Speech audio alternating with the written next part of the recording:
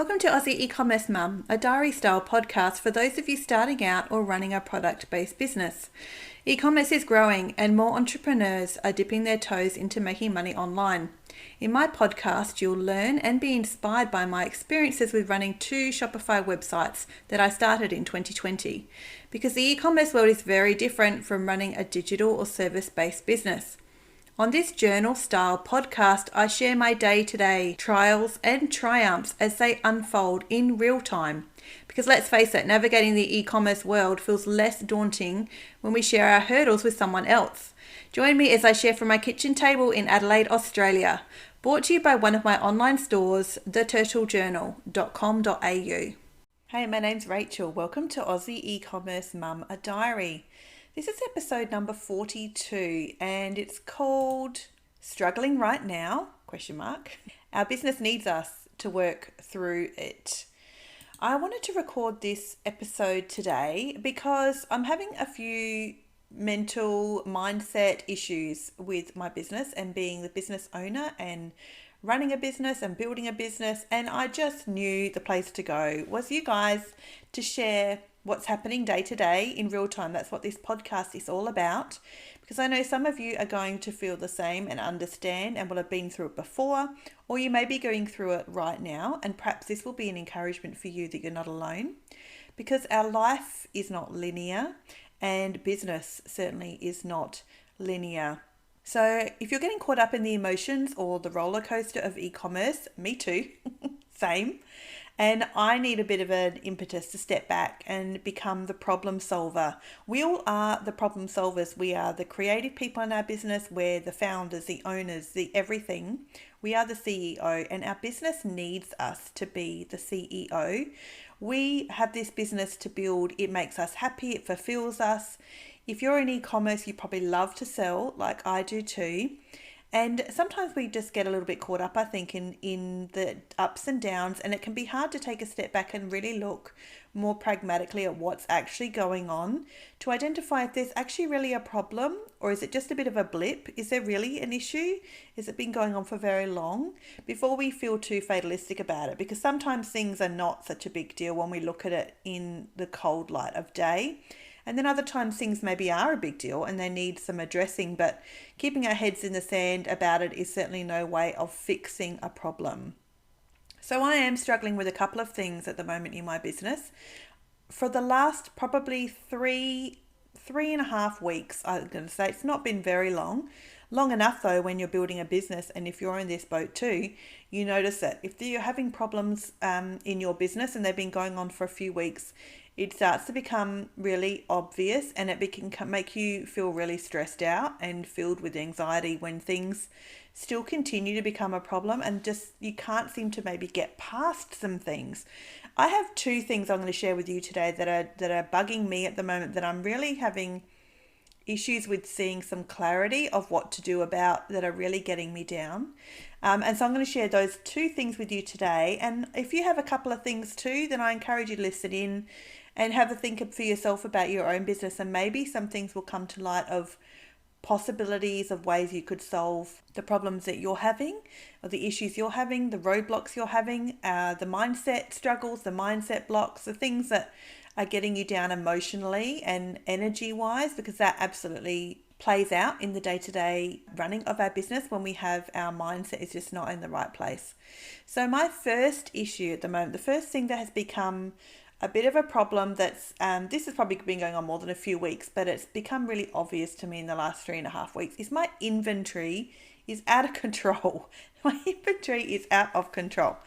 And I would not be the first e-commerce store owner to say that either. That is a very common pitfall, a very common it's an easy road to go down, an easy path to go down in e-commerce, is to go a bit nuts with inventory, and then it's out of control and you can have far more inventory than you really know what to do with. This has happened because the good side of this is my customers love new products.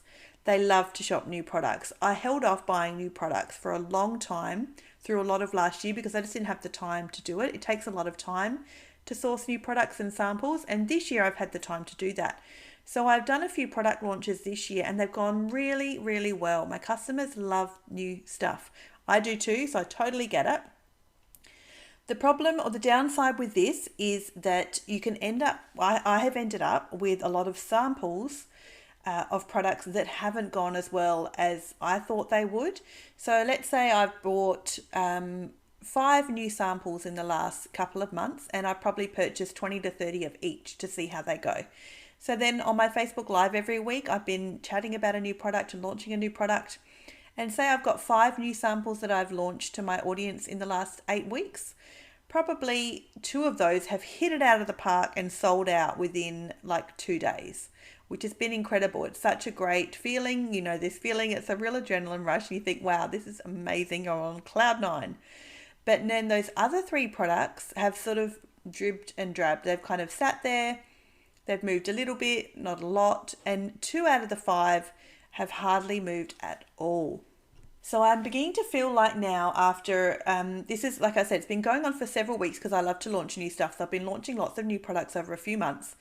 But just in the last few weeks, those accumulation of samples and small batches of quantities of inventory that has built up over the last little while is really starting to get to me. I'm looking at this inventory that's sort of taking up more and more space in my craft room, in my garage. And there doesn't seem to be a real plan on moving it apart from putting it on a sale. I'm not interested in putting it on sale. I don't want my customers to feel like sales is the only way you buy stuff. And I don't want to wipe out my whole product margin yet. I haven't held this stuff for, a year or anything crazy yet. It hasn't been that long. I need to think about some other creative ways, I think, first. So I guess another little lesson in this as I'm speaking about it is not to be too reactive. So yes, I've got a lot of inventory and a lot of samples that have accumulated the last couple of months, and I'm wondering what exactly my plans for this stuff. Try not to jump to the first thought, which is to put it on sale, unless you're sure that you really don't want to keep that inventory anymore and you don't plan to keep it on your website. Maybe it's a complete mismatch for your customers. I don't think my products are a complete mismatch. I think some of the samples I've got are really great and some of them have sold, just not as well as I thought they would. And when some other stuff sells out really quick, I feel like I'm kind of missing out on my profit margin on those products that moved really fast because some of the samples I got are not moving so fast.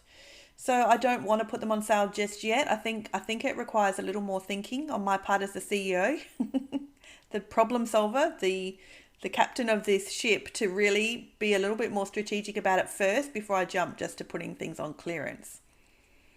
So it can be a bit of Russian roulette to buy samples and to launch new products to your customers. Even when you know your customers really well, like I do. My customers are very similar to me. I chat to them a lot online. I chat to them on Facebook Lives. I've had lots of emails backwards and forwards. I know them really well. Lots of them have purchased more than a dozen times in the couple of years they have shopped with me. So I'm not unaware of my customers' likes and dislikes. So it does still, though, it can still be like Russian roulette when you buy new products to launch new products. I think it's that uncertainty that's getting me down because like I said, if I've got 5 new products I've purchased in 8 weeks and 2 sold out really quick, and then 3 have just sort of been a little bit, average, not moving particularly fast, and 1 or 2 of them have hardly sold at all. Overall, it feels like I said, the accumulation, I think, of it over time is what starts to become the problem. I think, hang on, this needs to change. I can't keep going down this road of getting in a whole heap of new samples and launching them all to see what my customers love, and then I'm stuck with this stuff that they still like, but they didn't love as much as the other couple that, sold out really fast. So I'm thinking about this, and my solution has been something a customer actually suggested to me. I want to encourage you with your business that any idea is worth thinking about. Not any idea is a good idea. I don't think that is true. But any idea, no matter where it comes from or who says it or what it is worth you as a business owner taking seriously and deciding for yourself why you want to do it or not do it and your reasons why. The idea that a couple of customers have reached out to me is a subscription box. 3 customers have emailed me or messaged me. One mentioned it on a Facebook Live in the last, 3 months about a subscription box. And I have been really like, nah, don't think so. About a month ago, I decided I really just needed to think about this a bit more and not just go with my first reaction, which was like, no, I don't think so. The more I actually thought about it, I actually really loved the idea. And now, a month down the track, I am in love with the idea of a subscription box. Any idea, I think as a business owner, we owe it to our business and ourselves to consider seriously. And you can do things and not do things. That is entirely your prerogative. That's what our business relies on. But at least think about things and then make a decision for yourself and know the reasons why you're doing something or not doing something. I think that's important. So my initial reaction to a subscription box of, no, I don't reckon, was probably rash and ill thought out. And I probably should have considered it more seriously, because now, after thinking about it more seriously for about a month, I really, really love the idea. I love the idea for a few reasons. I'll tell you from the outset, I launched my subscription box just yesterday afternoon, and I've got 4 subscribers as of recording this podcast. I'm so thrilled with 4 subscribers. I'm thrilled because it's like when you launch any product, I think, any market validation. As soon as one customer that you are not related to, not good friends with, parts with their hard-earned cash to buy something you sell, that's a proof of concept right there. Someone decides whatever you sell is worth the $20, the $80, the $100, the $1,000 you are selling it for, and they part with their money to buy it from you. That's proof of concept right there. It's worth what it's worth. It's valuable. It's worthwhile. It's amazing. Stick with that. That's great. Keep moving forward. So to launch a subscription box yesterday, and I've sold 4 subscriptions as of today, I'm really thrilled with that, because to me, I'm happy with the price. I'm happy with what I'm offering. 4 subscribers have parted with money in the last 24 hours to sign up to my new subscription box. That for me is all I need to move forward. So that's enough for me to move forward. I'm so happy with that. So a subscription box, in the last month, I have deep dived into the podcasting world of subscription boxes, and online and through Shopify, and the best way of doing it. And I've listened to so many creators on their own subscription boxes, why they did it, how they're doing it, to come up with what I want to do and how I wanted to price it. So my subscription box is called the Turtle Treasure Box, because this podcast is sponsored by my website, theturtlejournal.com.au. So my subscription box is one of my solutions to my inventory issue. And this is why. A subscription box is regular, reliable, monthly recurring revenue. Of course, people will join and people will drop off. But if you are just in e-commerce like I am, a subscription box revenue, the reliability of that, and even the churn of it, people stopping and people joining, the percentage of that is far better than our e-commerce world. Our e-commerce world, like I said, I can launch 5 new products and 1 of them or 2 of them sell out within 2 days. That's a huge win on my sales and massive boost for my self-confidence in where I'm moving with my business and the direction I'm going. But those 2 products that sell out in 2 days is a once off. Like, that happened, and that was weeks and weeks and weeks ago. Like, that's been and gone. That money is long since been spent and swallowed up in my business. A subscription box is different because it rolls from month to month to month. So I have 4 subscribers, lovely subscribers as of today, which is wonderful, because if those 4 stay with me next month, if 3 are with me the month after and I pick up another 2, do you see what I mean? It's still far better than the crazy up and down of e-commerce if all we rely on is our products and launching new products and new collections and making new things. And that constant everyday, like, striving to get sales. So that's one of the reasons why I wanted to do a subscription box. The other reason was my inventory. I really want to move some inventory that I have as samples that I haven't yet launched to my customers, so they don't yet know I have them. I also want to put together some of my inventory I already have into some really cute packaging and some really cute kits or sets for my customers, because I think if I was to take the thinking work for them and put together a little curated collection of products that match each other, that go together, that are like an easy, effortless set of stickers and papers to use in a project, I think that would give some of my existing inventory new life and give my customers a reason and a way of using them that feels like it makes sense then for them to shop and to have them, and to feel like the subscription is worth them having, because I'm doing a lot of the thinking for them and I'm giving them a bit of a complete crafting solution by putting together a cute little pack that will have some brand new products they've never seen and some products they probably already have seen that are already on my website, but might be some inventory that I haven't been able to move as fast as I'd hoped to. And I think often it's just not moving as fast because customers don't know what to do with it. For me in crafting, that's probably definitely true.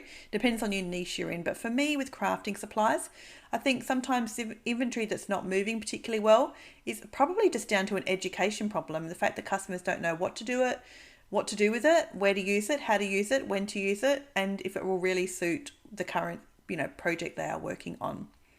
So that's why I'm really excited about a subscription box. I'm committing to myself not to buy any new inventory now for 3 whole months, unless it's directly related to something I need for a particular subscription box. But I'm not buying more samples for the sake of having samples to launch to my customers yet for 3 months. That's going to be very hard to do. But I want to use some of the inventory I have. I want to use some samples I've already got that are hidden away in a couple of drawers that were there ready to launch to my customers on a Facebook Live. I'm going to put them in my subscription box, and then they'll become available to my customers for shopping who aren't in my subscription, obviously, a month later. So my subscribers get first dibs. So that's one of my issues that's really been playing on my mind, particularly the last few weeks, because my sales are down. That's my second issue. I'm coming to it in a minute. My first issue I want to talk about is specifically really around the inventory, the lack of control I have over my inventory, and the fact that I feel like if my customers don't have new products to shop, then it's harder for them to decide what to buy. And when new customers come in, that I've had a couple of emails saying, hey, what do you suggest the first thing I buy?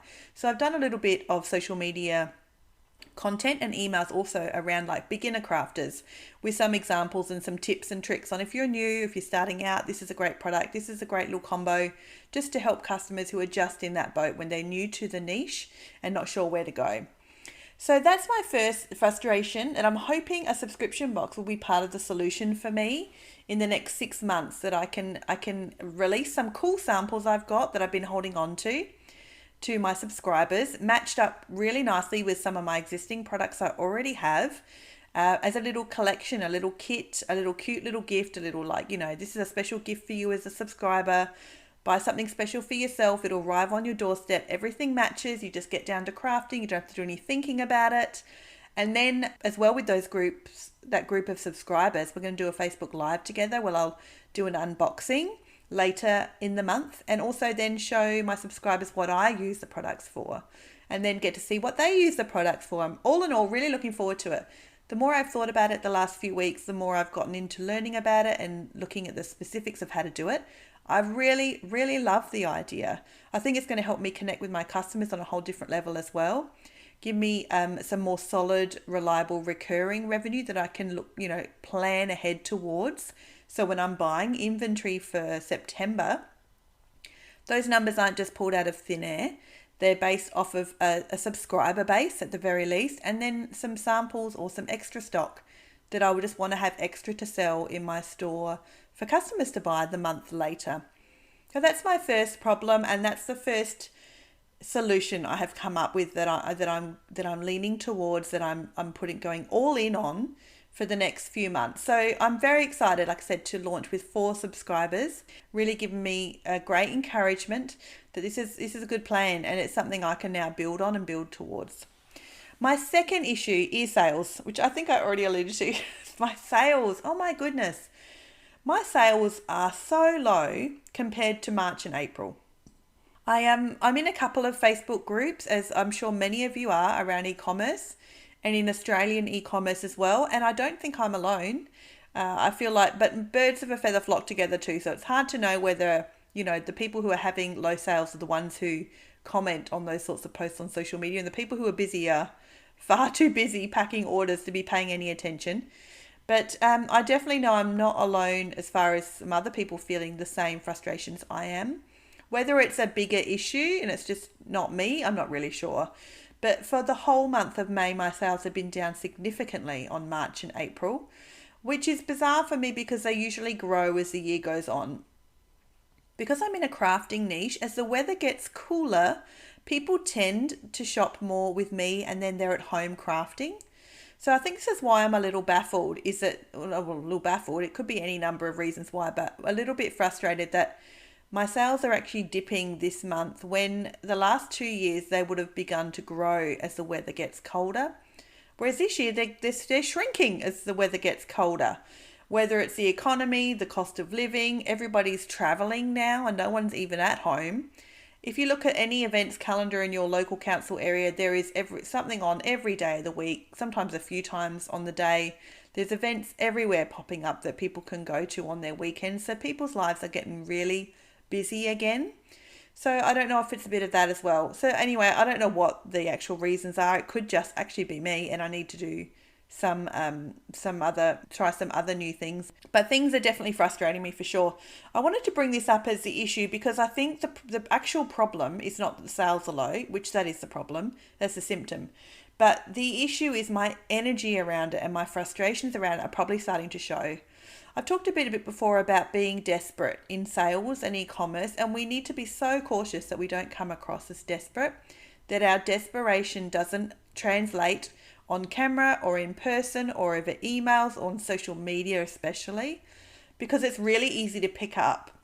And unfortunately, I think a couple of times on social media in the last few weeks, so in May, I may have come across that energy, that frustration that I'm feeling because my sales are so low, may have been coming across, in which case that is just a recipe for disaster. It becomes a self-fulfilling prophecy. Customers pick up on that energy and they'll take their money elsewhere. This is a cautionary tale, this episode. Like, if you're feeling frustrated, I feel like now I'm telling myself the same thing I have said on my podcast before. If you're feeling frustrated or upset or going on, your sales are low and you're really annoyed and despondent and discouraged, don't go on social media. And that's good advice I need to take for myself, I think. And I need to work my head out. It is such a mindset. It is such a mindset thing. I'm going to have to work my mindset out around this and push through it, because this is my business and I am the CEO. This is going to build because of me and it's going to plateau because of me and it's going to die because of me. I'm the end of the line in everything. This is my business. So I am the solution to this problem. You are the solution to your problems in your business too. You need to find those solutions for yourself, but you are absolutely the solution to your problems, the same as I'm the solution to my problems as well. So I think my energy needs some work. I think my mindset needs some work. And then I think I need to be more deliberate about the energy I'm bringing so that my customers don't start to feel that that they owe me anything. That is just terrible. I would hate for my customers to feel like they owe me anything, that I'm frustrated in my business. That is none of their concern. They are here to shop and enjoy the beautiful things I have, enjoy what they bring to their life. That's what I want them to feel. That's my goal. So that's my second frustration and the second kind of issue I'm having. The second problem I need to solve as a CEO, because my business needs me to work through this. So that's my second struggle I am having. You know, we all get the same 24 hours in a day. And if that's not a cliche, I don't know what is, but it's 100% true. You know it's true. But I don't know that we often stop to really digest what that actually means. Which actually means my time is my own in my business. Whatever amount of time you have in your business, whether it's an hour a day, 7 hours a day, whether it's 2 days a week, whether it's a weekend, every second weekend, whether you've got 3 hours, 4 nights a week, whatever the hours you have set aside for your business are, those hours are purely your own, and you make decisions about those hours for yourself and your business, and you don't owe anyone an explanation for what you do with that time. And I'm saying that because if I'm having trouble or frustrations with my sales being low and my energy is not great, I also sound incredibly unwell. If you can't tell, my voice is like disappearing and I'm coughing and spluttering. Then the time I have in my business is my own to decide to make it work long term. I'm not interested in being in a sprint. We are all in a marathon, not a sprint. So if I decide what's actually best for me in my mindset and my business is to spend the next 3 days doing absolutely nothing, sleeping, resting, watching movies, going to a couple of craft stores, getting my mojo back, do you know what I mean? Like browsing some new craft products, checking out what's the latest and greatest in my industry, in my niche, then that's what I need to do. That's what my business needs me to do. What I have decided to do this year is go for a lot more walks first thing in the morning, and it's only half an hour. But it's not half an hour. People always say that it's only half an hour. It's not really half an hour. By the time you get changed, go for a walk, have a shower, and get yourself back to, work clothes, makeup, hair, whatever, have breakfast, coffee, ready to actually start the day. It's more like an hour, which is a lot of time out of the day. But it is important. It's important for me. I need to get outdoors into the fresh air. It's good for my headspace. I get to listen to podcasts. Then I don't know anyone an explanation for why that's important. It's important to me and it's important to my business. So it needs to be important. And then things that actually aren't important need to not be important. In other words, if I don't post anything on social media all this weekend coming up, actually not that important. Will I regret it? Only if I dwell on it. It's actually not worth regretting. Of all the things I could be worried about or spending my energy on in my business, whether I'm ghosted on social media and spend no time on there for 2.5 days straight is the bottom of the list of things I need to be concerning myself with. And as a CEO, that's where my headspace needs to get to. I'm not the social media manager. I'm not just a social media manager. I'm not just the content creator. I'm lots of things. And all of the roles that we have in our business have to have different priorities at different stages. If you are growing and very new and don't have a social media presence, then social media is probably far more important because you're building something from scratch. At the moment, my sales are the issue, and I think my sales are the issue for a few reasons. Like I said, the economy, my energy level, I'm probably coming across as frustrated. My energy might be coming across to customers and so they're not shopping. I need to fix that. People's priorities in their life, people are traveling a lot. So they're probably not at home crafting as much. There's stuff going on everywhere. There's events and concerts and every second of every day around our council area at the moment. So there are many reasons why my sales are low. What I can do about that is what I can do about that. And I also need to manage my own energy and my time and my priority and my role as the CEO so that I can still be managing this in a year's time. Because this could still be the problem in a year's time. If this isn't the problem in a year, there'll be 2 brand new things that are. And you know that as well as I do. Whatever your problems are in your business right now that your business needs your attention to fix and address, you might as well, because you'll have new ones tomorrow and the day after. That's just what we do in e-commerce and growing a business. There's always something new and there's always a new challenge. I love challenges. I love to learn. I love to build. I love to grow. So I do love all of that. But some things can affect you more than others. And for me, I think because my sales are low compared to March and April, it's really starting to affect my mindset that I really need to do something about. So I have to have a think about that for myself, about what do I need to do about that? What am I best at in my business? When am I best at doing it? And can I take a break and have a bit of time off to reset myself? Can I go visit a few craft shops this weekend and get myself immersed back in the niche and get excited again about what's going on? That's probably what I'm inclined to do as I'm chatting about it. And then my inventory being a bit out of control. My subscription box is what I'm going to be focused on for the next few months. I'm so thrilled with how it's just started. So I'm going to make those customers feel like $1 million and give them the most beautiful experience in their subscription box, and then see as time goes on how I can grow that over the coming 6 months. So what are you struggling with right now in your business? Are there things that your business needs you to work through as a CEO so that your business continues to grow, continues to survive and thrive, and continues to be a source of joy and encouragement and fulfillment for you as a CEO, so that you're still around in a year time or 2 years time or 5 years time? Remember, this is a marathon, which is like the mantra of my life with the Turtle Journal. This is a marathon, not a sprint. So make decisions based off of that you are around for the long haul, because you're the CEO and you are the problem solver. You're the captain of your ship and you are the problem solver in your business. So I'd love to hear from you and what you're struggling with right now. If you're struggling with something, just if you're looking for someone to commiserate with, then send me an email.